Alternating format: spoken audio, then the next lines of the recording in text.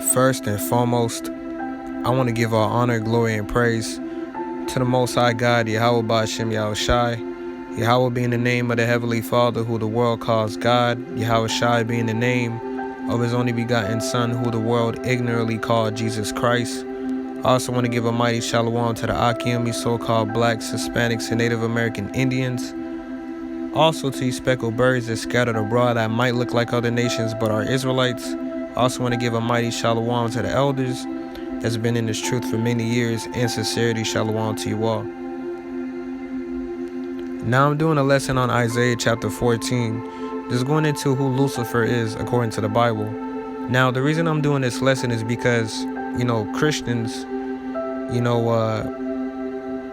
they've been teaching for a while that, Lucifer is synonymous with Satan, and that's just not biblical. Lucifer is going into, the king of Babylon, right, who at the time was Nebuchadnezzar, who became the king of Babylon and ruled, over the nations with rigor.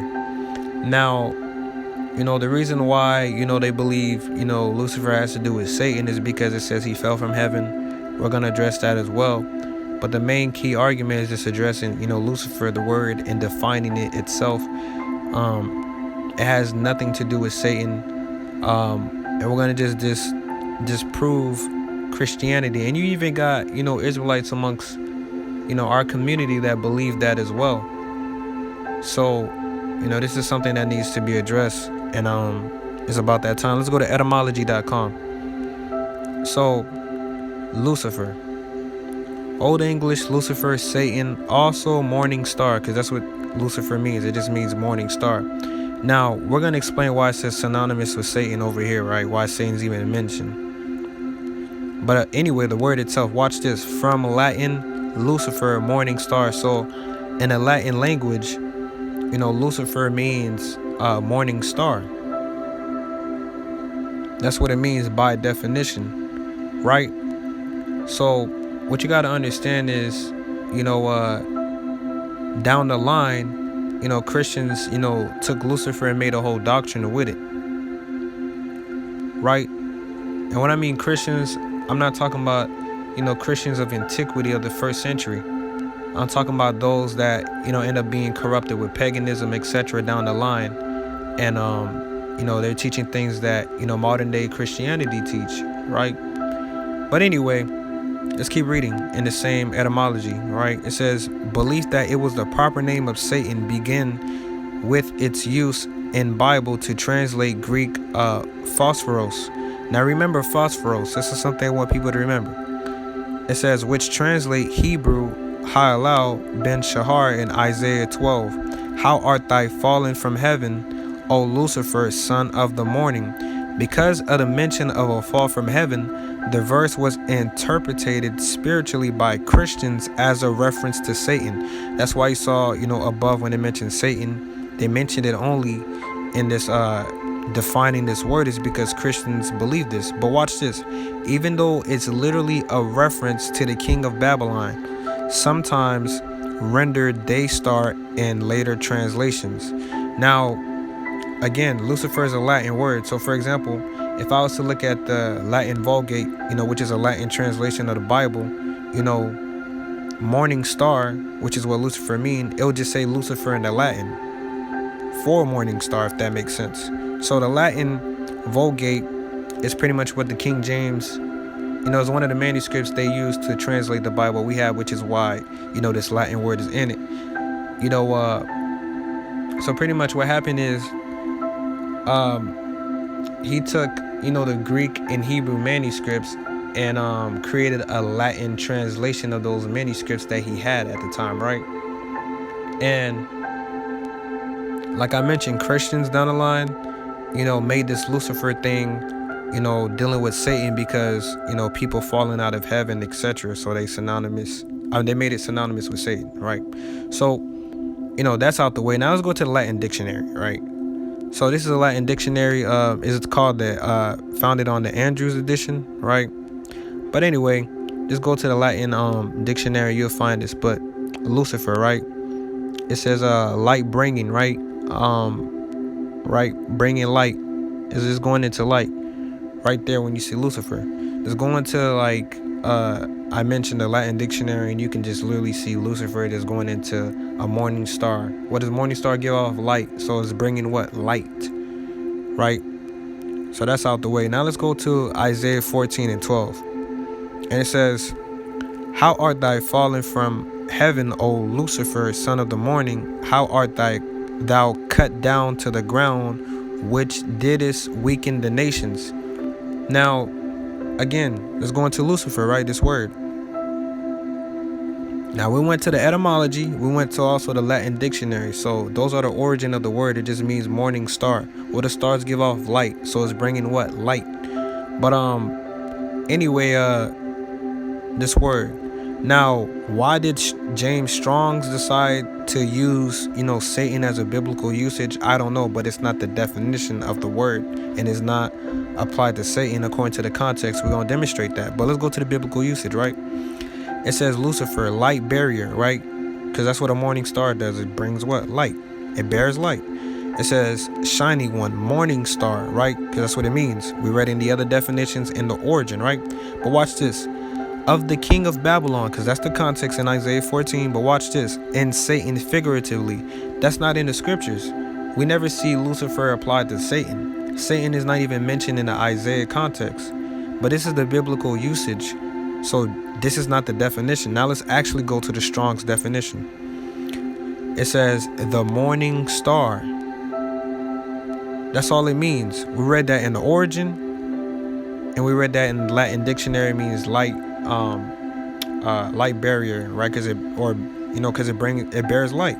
That's what stars do, right? But the point is, it has nothing to do with Satan according to his definition. Now let's go to the context and deal with that. So we're going to start at verse 4, right? It says that thou shalt take up this proverb against the king of Babylon. Who is it? King of Babylon. And say, how has the oppressor ceased? The golden city ceased, right?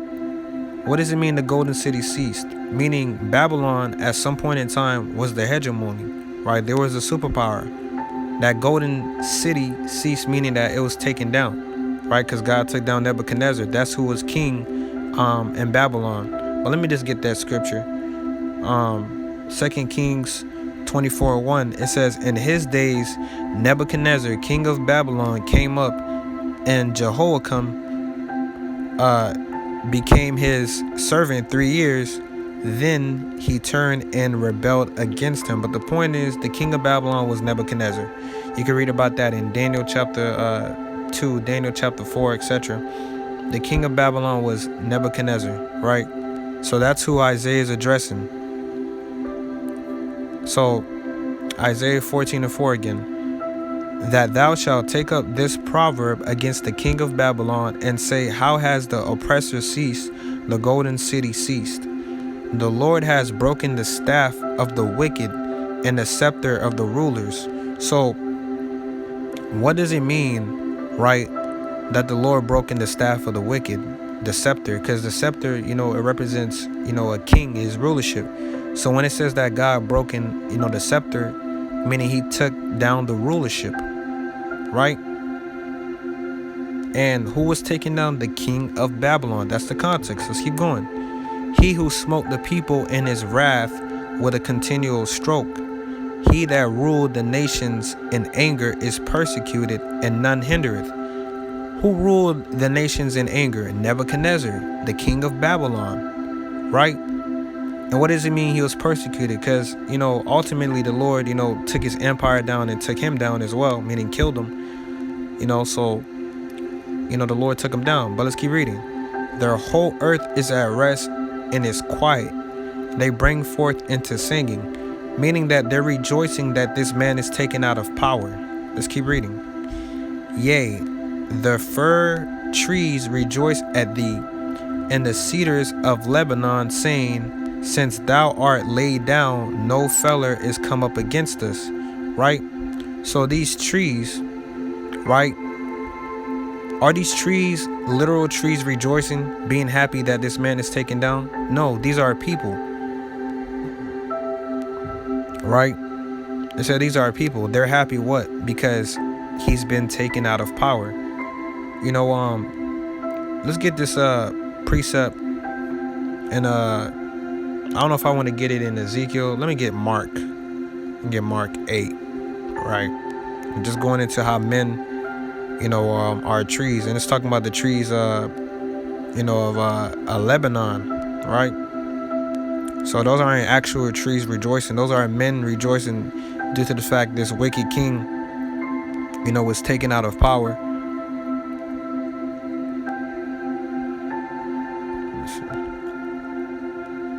Okay, here we go.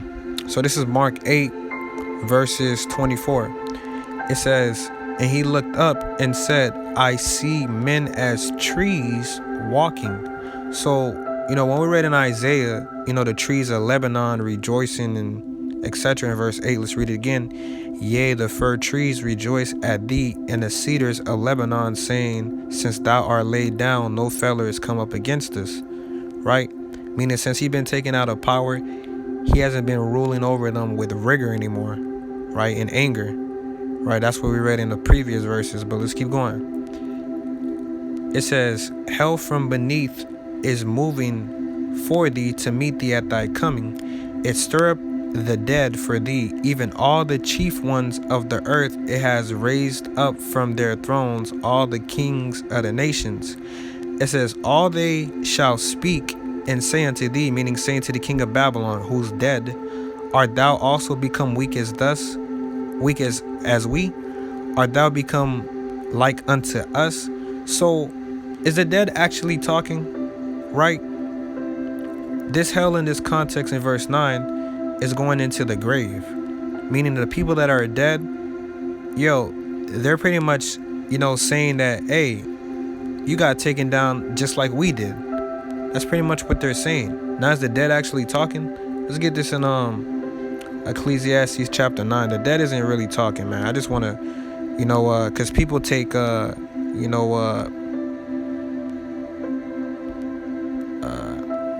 it to be literal, right?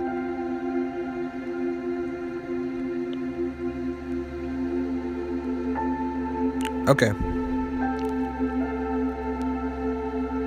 Okay, so Ecclesiastes, right? 9 verse 5.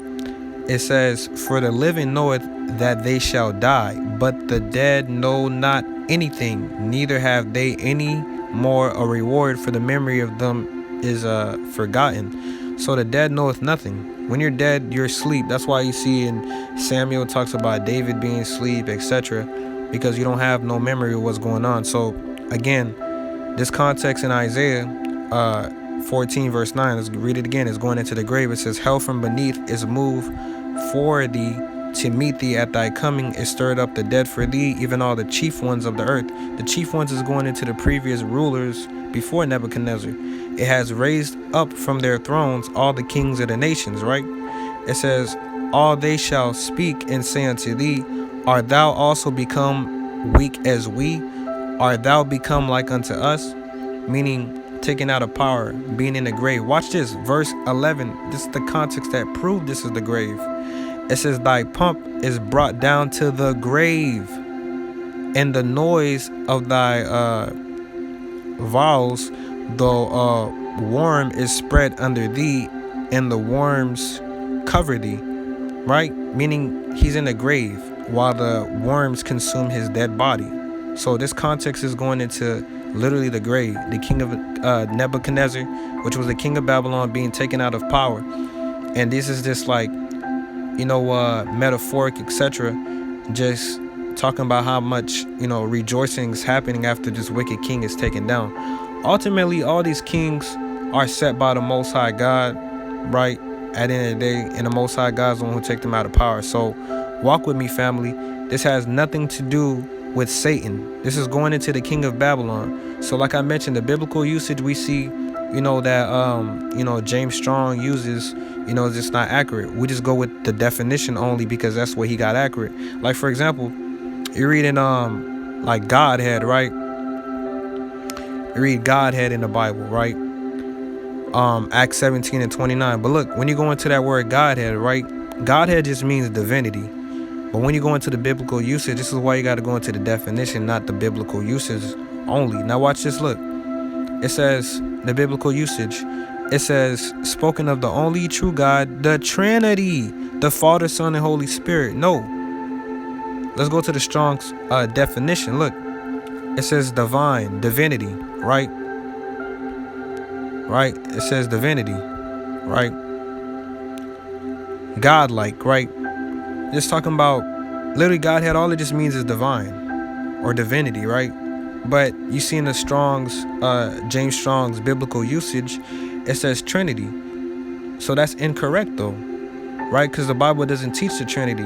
Trinity is not even mentioned in the Bible, but we see in one of the Strong's biblical usage. But you don't see that in the definition. So you always want to make sure you go back and look at the actual definition and not only the biblical usage, because the biblical usage at times be inaccurate. So you got to know the difference. Now, let's go back to Isaiah, right? Chapter 14. Now we're going to go to verse... let's go to verse 9 again. Just I want to show hell. It can be talking about the grave. You know, I did a lesson on that. Type in what is hell, you know, in my my YouTube, and you'll see I did a whole lesson going into hell. But hell, right, is synonymous with the grave, right? See, the biblical usage mentions the grave, the pit, right? Hell, right? Right? Grave, right? So it can be used the grave, hell, pit. So that's the definition. But in this context, hell, we know it's talking about the grave, because when you read down in verse 11, it says, thy pomp is brought down to the grave. Who we've been talking about the whole time, the king of Babylon. But let's get to the verse that's been the most controversial. Verse 12. How art thou fallen from heaven, O Lucifer, son of the morning? How art thou cut down to the ground, which didst weaken the nations? Who weakened the nations? Nebuchadnezzar, the king of Babylon. Verse 4 is the context. How did he weaken the nations? By ruling over them in anger, right? Now, it says, for thou hast said in thine heart, I will ascend into heaven. I will exalt my throne above the stars of God. I will sit amongst the mount of the congregation in the sides of the north. Where did the king of Babylon come from? It says the north. When you read the prophecies, right? It says, I will ascend above the height of the clouds. I will be like the Most High. Pretty much, when you go into the account of Nebuchadnezzar, he was very prideful and boastful of himself, right? It's no different than, you know, this is the same speeches that, you know, Esau kind of uses in Obadiah, in a sense of, you know, setting his throne above the stars, etc. Is it literally just setting up, you know, above the stars, or where the Most High God is at? No, it's just pretty much setting himself in such a high state, right? He's gonna be brought down low, but he's set in a high state, and that's what they think of themselves, setting their you know, selves above these stars, right? Let me read this in Obadiah chapter 1, right? I'm gonna start at verse 3. It says, the pride of thy heart has deceived thee, right? Because the same spirit that Esau in, Nebuchadnezzar was in, that thou dwellest in the cliffs of the rock, whose habitation is high, right? Because they like to exalt themselves. That saith in his heart, who shall bring me to the ground? Let's see how far they want to exalt themselves. Though thou exalt thyself as the eagle, and though thou set thy nest among the stars, thence will I bring thee down, saith the Lord. Right? So, you know, when it's talking about, you know, Lucifer wanting to set his, you know, his heights above heaven and the stars, it is going into putting himself in a high habitation, meaning glorifying himself, boasting in his power. And that's why the Lord took him down ultimately. So Isaiah 14 verses 13 again, right? For thou hast said in thy heart, I will ascend into heaven. I will exalt my throne above the stars of God. I will sit also among the mount of the congregation in the sides of the north. I will ascend above the heights of the clouds. I will be like the Most High. Because that's what Esau also believed he is as well. Nebuchadnezzar was in the same same wicked spirit, man. Now, Yahushua calls himself, the morning star in Revelation. So is Yahushua Satan? No. Yahushua is that morning star. He's that light, right? Revelations 22, let's go into that. 22 and 16, right? It says, I Yahushua have sent mine angel to testify unto you these things in the churches. I am the root and the offspring of David and the bright and morning star. So is Yahushua Satan? He calls himself the morning star because that's what Lucifer means. So you got to understand, Yahushua is calling the morning star because he's that true light. All these people were deceived by these wrong wicked rulers. Like Nebuchadnezzar, he was being glorified because of the power that he had. Just like Esau. Esau is glorified. He's that light, meaning people look to him, for direction when it comes to the ways of life. You got Edomites influencing people into wearing suits, talking like them, walking like them. Even cultures that doesn't pertain to them. You got the Chinese man doing it now. When was that in their culture? Right? That was the ways of light. Like Esau has turned himself, into light, even though he's done nothing but wickedness and abominations. And it's the same thing with Nebuchadnezzar. He's done a lot of different things, but people were still looking up to him in a sense because he was in a high habitation. He was in a place of power. And when Yahushua becomes in a place of power, it's not going to be a wicked rulership. He's going to be that true light. So he calling himself the morning star. Now, remember I said that, morning star and day star are synonymous with Lucifer. Now watch this. Let's go to 2 Peter, right? 2 Peter, right? 1 verse 19. Watch this. It says, we have also a more sure word of the prophecy, whereunto ye do well that ye take heed, as unto a light that shineth in a dark place, unto the day dawn, and the day star arise in your heart. Notice it says the day star. Watch this. When you go into the Strongs, right, for day star, right, it's, remember that Greek word I told you guys about for morning star, phosphoros? Remember we read that in the etymology? So just going into a Greek,